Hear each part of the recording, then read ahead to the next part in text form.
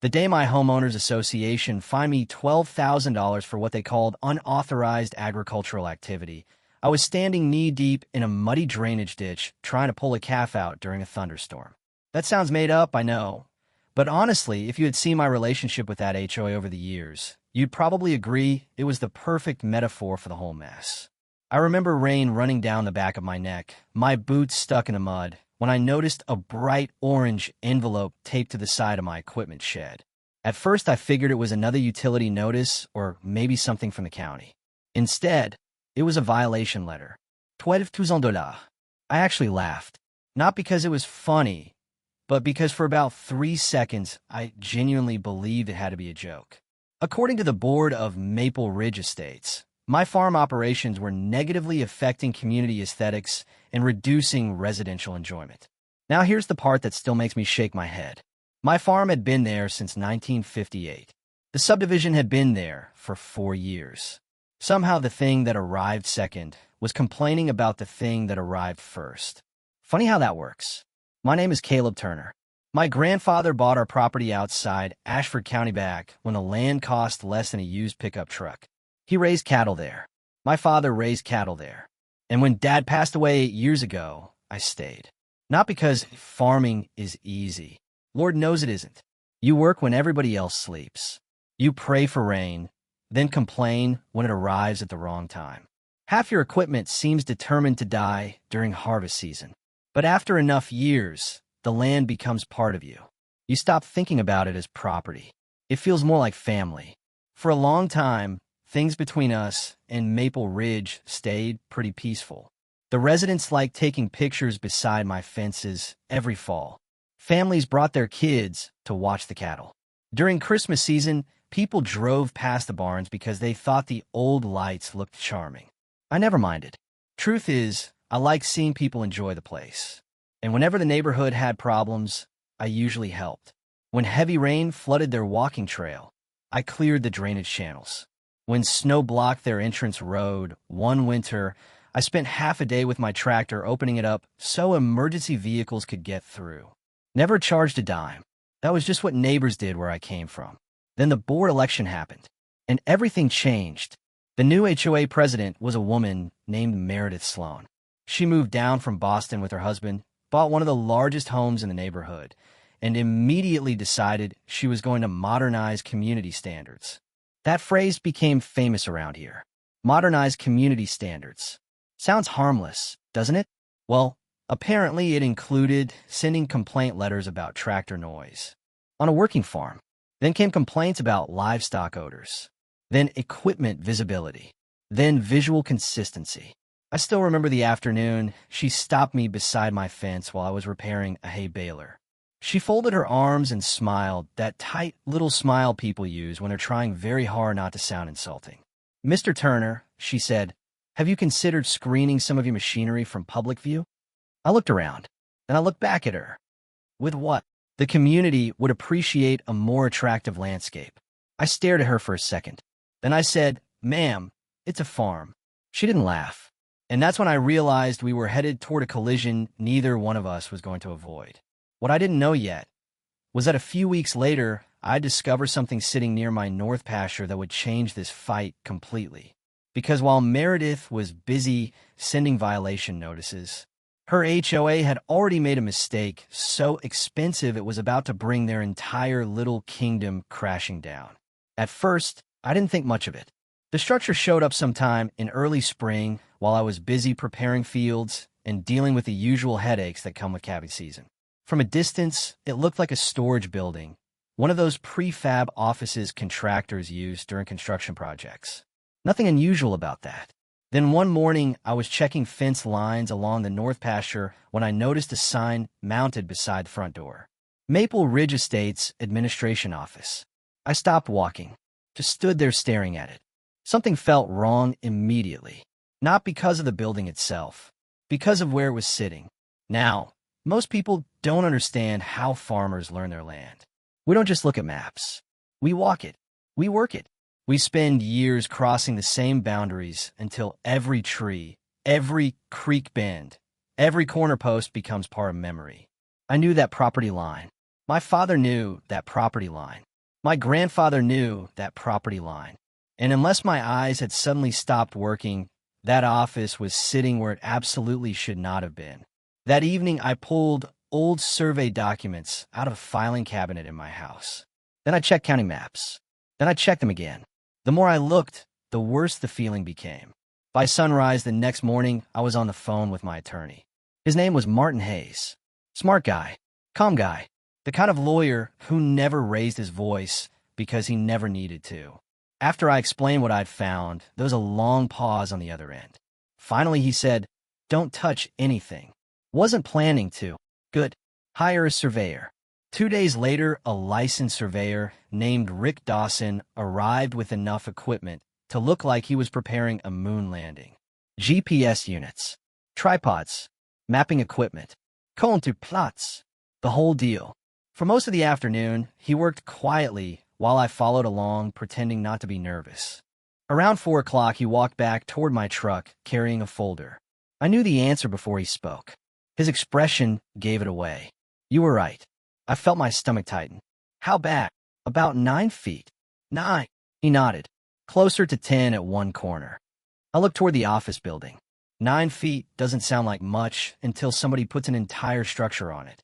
Then it becomes a very expensive problem. I asked him 3 different times if he was certain. Every single time, he pointed at the coordinates. Every single time, he gave the same answer. The building was on my land. That night, Martin drafted a formal notice demanding removal of the structure within 72 hours. Professional, polite, no threats, no drama, just facts. The following morning, we delivered it.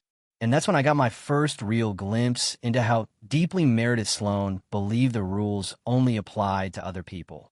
She opened the office door herself, read the first page, then looked up at me with complete confidence. This is obviously a misunderstanding. I shook my head. No, ma'am. Parking in the wrong driveway is a misunderstanding. Her smile disappeared. I continued. Building an office on somebody else's property is something different. For a moment, I thought reality might finally break through. It didn't. Our legal consultants reviewed this placement months ago. Then you might want new consultants. That landed exactly how you'd expect. Her jaw tightened. Her eyes narrowed, and I knew right then she wasn't going to back down. The next move proved it. 48 hours later, another violation letter appeared in my mailbox. This time, the monthly fine had jumped to $25,000. The stated reason? Aggressive interference with community operations. I sat at my kitchen table reading that sentence 3 times. Then I started laughing so hard coffee nearly came out my nose. My friend Nate happened to be sitting across from me. He read the letter, looked at me, looked back at the letter, then said, "Wait, they're trespassing on your property and somehow you're the problem?" Apparently. Nate leaned back in his chair. Man, rich people really do invent their own reality. That was the moment something shifted inside me. Up until then, I'd been trying to keep things civil, trying to avoid a war, trying to give people opportunities to correct mistakes. But they weren't interested in correcting mistakes. They were interested in winning. And once I accepted that, my approach changed. Martin filed a formal trespass complaint. We submitted survey reports, photographs, property records, county documentation, everything. Then we discussed something interesting, something completely legal, something Meredith was definitely not going to enjoy. Since the structure occupied my land, I had every right to secure my property boundaries as long as I didn't damage the building itself. I remember Martin pausing before he said it. Then he smiled, a very small smile. The kind lawyers get when they discover somebody else has made a truly spectacular mistake. 3 days later, a fencing crew arrived before sunrise. Chain link panels, steel posts, concrete anchors, the works. I stood beside my truck drinking coffee while they unloaded equipment. One worker looked at the survey map, then looked at the office, then started laughing. "You serious?" "Unfortunately." "Well," he said, "this is going to be interesting." That turned out to be an understatement. By mid-morning, the fence line was taking shape. And because we followed the exact legal boundary, the HOA office ended up trapped inside my fence property. Technically accessible, practically useless, Around 10 o'clock, a woman, carrying a clipboard, walked outside. She stared at the fencing, stared at the workers, then finally asked, "What's happening?" One of the crew members pointed directly at me. "You'll have to ask the landowner." About an hour later, a black luxury SUV came flying down my gravel road. The driver's door opened before the vehicle fully stopped. Meredith stepped out looking furious. "What do you think you're doing?" I stayed leaning against my truck. "Building a fence. You can't block access to our office." "Actually," I said, taking another sip of coffee, "I can control access to my property." She pointed toward the building. "That office is essential to community operations." I shrugged. Then it probably shouldn't have been built on somebody else's land. For the first time since this whole ordeal started, I saw a genuine panic flicker across her face. Not much, just enough, because deep down she finally understood something she had spent months ignoring. Property law doesn't care about HOA authority. It doesn't care about titles. It doesn't care about committees. And it definitely doesn't care about somebody's opinion of tractors. Land ownership is land ownership. Period. What happened next would turn an ugly property dispute into a public disaster for Maple Ridge Estates, because Meredith made one last decision that brought county officials, law enforcement, and eventually her own residents crashing into the middle of the fight. Meredith's biggest mistake wasn't building the office. It wasn't the fines. It wasn't even the trespassing. Her biggest mistake was believing that if she acted confident enough, reality would eventually surrender. Instead, reality showed up wearing a county badge. The morning after the fencing crew finished, she called the sheriff's department. Not me. Her. To this day, I still don't know exactly what outcome she expected. Maybe she thought law enforcement would force me to remove the fence. Maybe she thought somebody would magically declare the survey invalid. Whatever the plan was, it fell apart pretty quickly. The deputy arrived around lunchtime. Nice guy. Professional. He spent nearly an hour reviewing documents, checking markers, and walking the property line. Nobody raised their voice. Nobody argued. The facts were doing all the talking. Eventually, he pulled Meredith aside for a private conversation. I couldn't hear most of it. Didn't need to. The look on her face afterward told me everything. She marched back toward me, absolutely furious. "This is harassment." I couldn't help laughing. "No, Meredith. Harassment was sending fines to a farmer because your residents don't like looking at tractors." Her face turned bright red. "You are disrupting this community, and you build an office on land you don't own." There wasn't much left to say after that. The county inspectors arrived the following Monday. 3 days later, the official violation notice was issued. And suddenly the same board that had spent months threatening everyone else found itself on the receiving end of government paperwork. Funny how much less enjoyable rules become when they're pointed in your direction. The real collapse started after residents learned what happened. At first there were whispers, then questions, then anger. Lots of anger. Because homeowners began discovering how much association money had been spent on the project. Survey reviews, construction costs, legal consultations, administrative expenses, all of it funded by community dues. And now all of it was potentially wasted. One resident stopped me at a gas station and asked if the story was true. I told him it was.